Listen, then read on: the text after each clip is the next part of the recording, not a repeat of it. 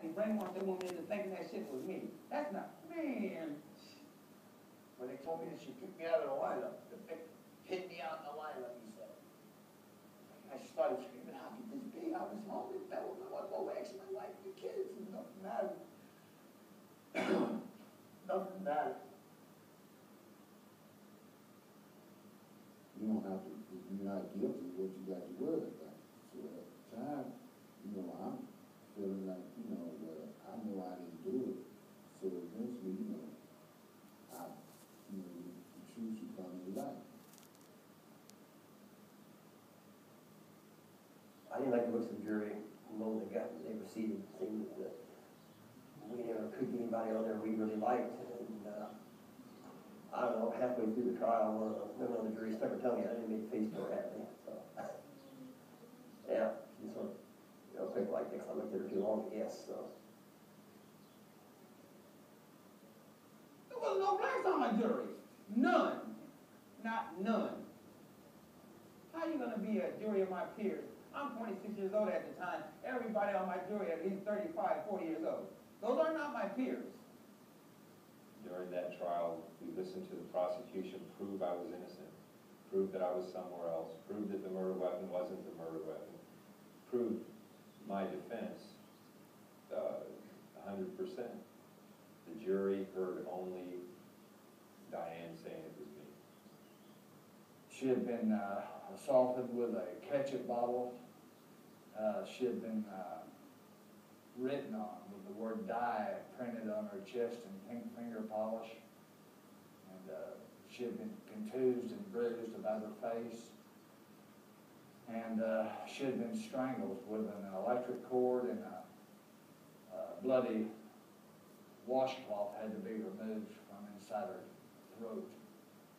And so it was especially heinous, atrocious, and cruel. When the people said that, the woman said that the man had a large gap in the top of his teeth, and teeth larger than average with dark gum.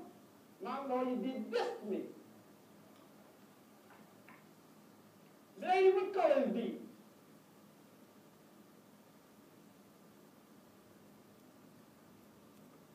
They said, Mr. O'Donnell, would you please rise for the verdict?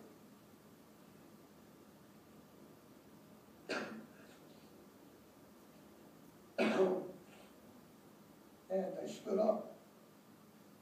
And they all, I don't know, I never seen this before on TV or anything, but all of them had to say guilty. They all had to say their verdict. And they said guilty, guilty, guilty, guilty, guilty, guilty, guilty, guilty, guilty, guilty, guilty, guilty, 12 of them. And I just stood there, and I couldn't even talk. I couldn't even say nothing. And I turned around and I looked at my wife and my father and my mother and my neighbor.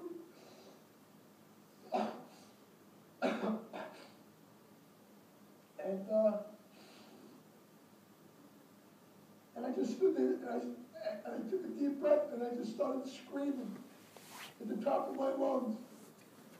How could you fucking live with yourselves? I didn't do anything. I was home in bed with my wife and kids.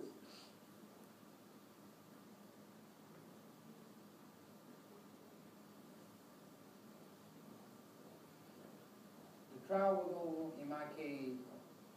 The girl father came over to me and shook my hand. He said, for one poor black man, we put up one hell of a fight. And I looked at him and I said, listen, I did not rape this dog. And he just lightly eased on. And I looked at my mom and dad, I said, now, you think the fight is over. The fight just begun. I'm on death row with names such as John Wayne Gacy, all these other type of guys that's on death row. And here I am, right next door, next cell to them. It's just unbelievable. My life was threatened every day. Just thinking about going through that for almost 9 years. Man, I'm gonna kill you, man. When I get the chance, I'm gonna kill you. And I could have been my sister that you raped.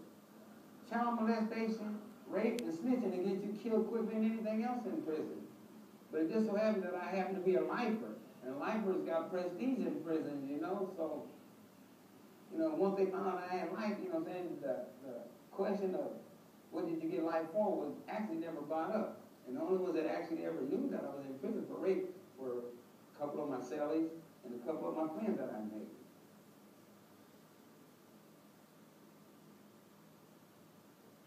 I was challenged because of my crime, why I was there. A man took a jar of coffee from me, and in that society, that meant I had to either kill him or let him kill me, or just allow everybody to come along and take anything they wanted from me. Anything they wanted.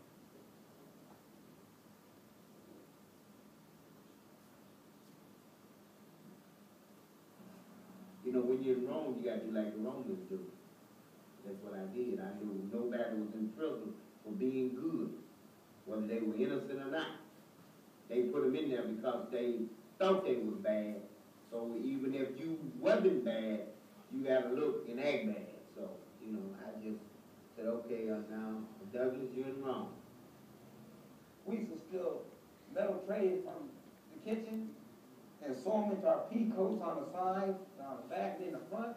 Then you would take your little watch cap, like a beanie cap, and you get it wet and just stretch it out as long as you could. Then you take the newspapers and fold them up and just shove them through there and make a collar. You be going through y'all, I mean, tink, tink, tink. You know what I'm saying? People trying to stab this shit. That's how violent that shit was. The guy was here and was pushing, and I felt, when I closed my eyes, and it was stupid, but I did, and I felt the pressure right here, I felt it. And the other guy said, God's coming, God's coming. And pulled away, and I just went to my knees, and just started shaking my heart.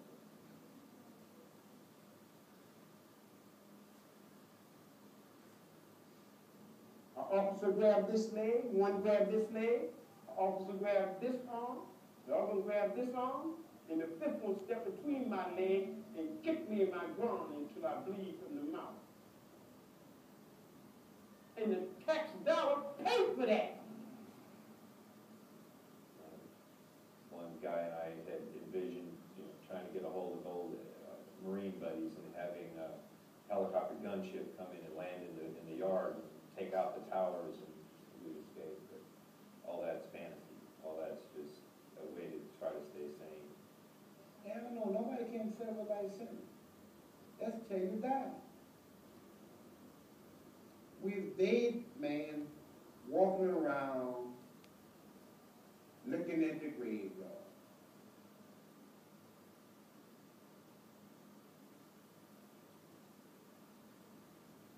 I asked myself what was the reason for my birth when I was on death row.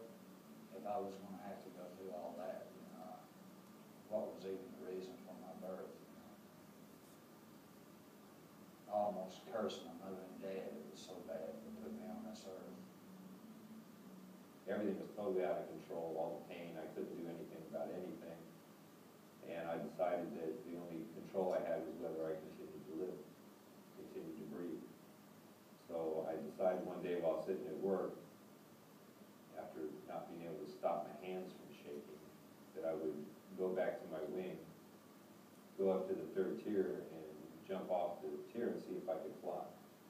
I tied a sheet, put it around my neck and tied it, and then I was thinking about jumping.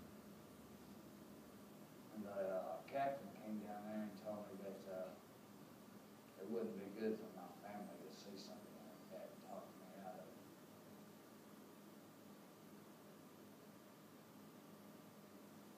I almost felt like giving up, you know, going off or going crazy or insane or whatever.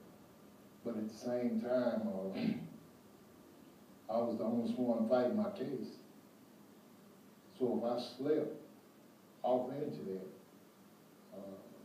lost my mind, lost my son, I wouldn't have had no one else to fight for. A lot of time I couldn't read, couldn't write too well. Go to my friend, listen, I got a problem, help me out with this. Help me to correspond with different people, senators, representatives, different lawyers. Every time I hear something come up dealing with new law, go there, get some party, go to the library, look up cases and stuff.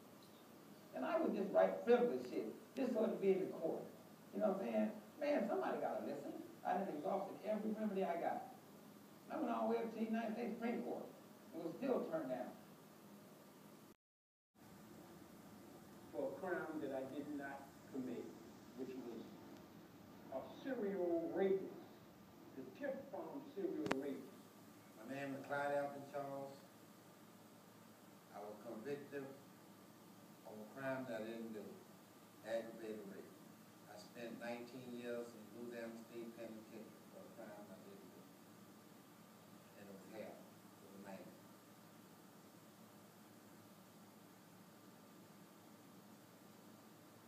They're not telling me